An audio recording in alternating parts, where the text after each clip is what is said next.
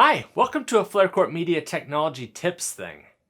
Now that many people are finding themselves in video conferences for the first time, it occurred to me that it's not always easy to make yourself look and sound professional while sitting in your PJs from the waist down.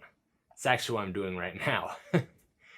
Having attended at least one video conference each week for the last 5 years, I've seen and been the cause of some annoying and embarrassing moments. So I've put together a handy guide with 10 tips to help you look like a video veteran instead of a technology twit. Number 1. Download the app or visit the website in advance. Odds are you'll get a meeting invitation well before your scheduled meeting. Go to the website or download the app ahead of time and log in to make sure everything is working. Don't be late for the meeting just because you're trying to remember a password to log in or trying to navigate a bunch of permissions needed prompts to access your camera and microphone. Most video conferencing sites allow you to create a test meeting where you can iron out any kinks in your hardware, like finding out your webcam doesn't work or your microphone is too quiet. If this is a job interview, having problems starting the meeting on time will give a bad first impression. Number 2. Don't hold your phone or camera during the meeting. It may be tempting just to hold your phone and chat into it like you would a video call on social media, but if your screen is shaking all over the place while people are trying to focus, guess whose feed is going to be the first to be turned off? Also, make sure your stationary camera isn't shaking as you touch your table or type on your keyboard. That leads me directly into number 3. Pay attention to your camera angle and what's in frame. No one wants to look up your nose or at the side of your head while you stare at your screen. Video conferencing sites give you a chance to view your camera feed before you log into a meeting for a reason. Check the angle to your face and also check the background to ensure that nothing from your private life is showing that you don't want your professional life to know about. Number 4. Adjust your camera orientation for your audience. Once in a meeting, look around at the others. If people are talking on their phones, leave the camera vertical. If most people are sitting at computers, turn the camera horizontal. Most video conferencing sites let you adjust this either with the click of a button, or if you're on a phone, simply rotate the phone to automatically switch. Number 5. Buy a nicer webcam. If you're going to be doing a lot of video meetings, consider investing in a higher quality webcam. In my experience, you don't need to buy the top-end camera because webcams and the USB connection they rely upon can only reach a certain level of quality. But if your webcam is yellowing, lists its resolution in megapixels, or mentions VGA anywhere, it might be time for an upgrade. Consider upgrading to a mid-range HD or one with large external microphones for a group of people. I've used this one from Logitech in front of a room of 25 people, and the remote person was able to hear everyone pretty well. Number 6. Reduce distracting noises.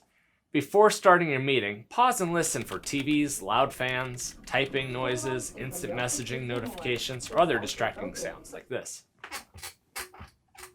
If you can hear it well, everyone in your meeting likely can. Try to isolate yourself from or mute the noises. Similar to that is number 7. Mute your microphone when you're not talking. This is the most important rule on this list. It's worse than a shaky camera or a shot of your nose.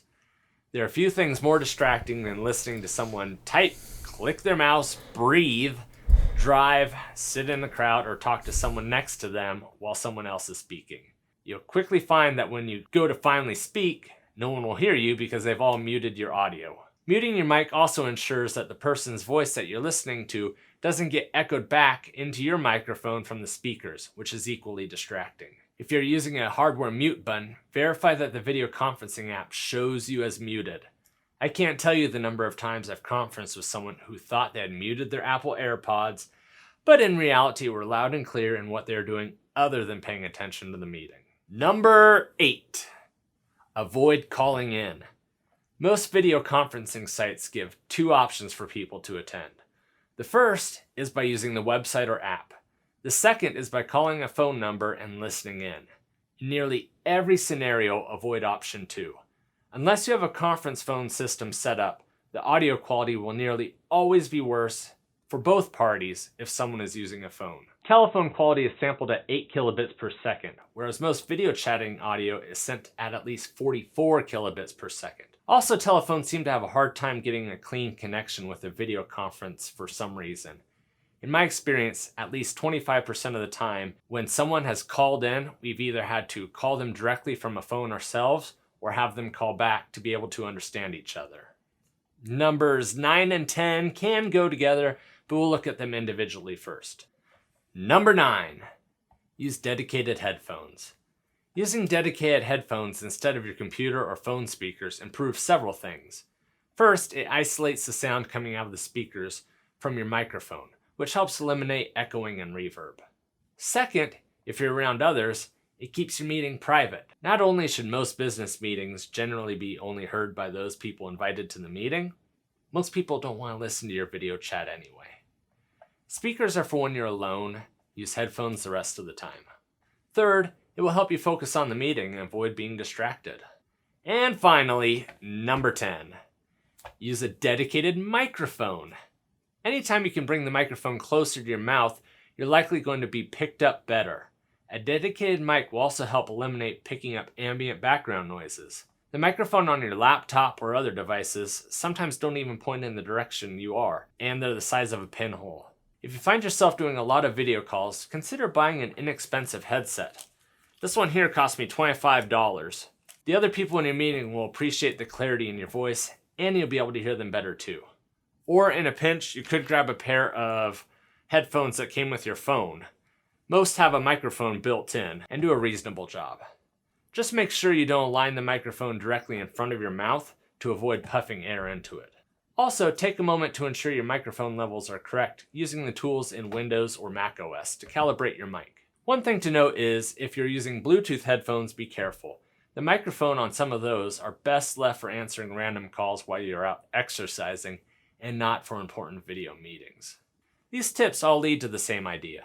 Attend your video meeting as if you were there in real life. If you put these 10 simple tips into practice, you'll stand out as a video conferencing star instead of becoming one with the background windows. Did I miss any of your favorite tips and tricks?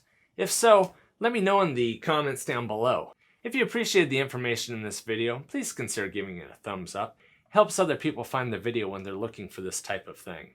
And while you're at it, subscribe so you don't miss out on any of the future tech tips, camera tutorials, travel vlogs, or other videos when they're released.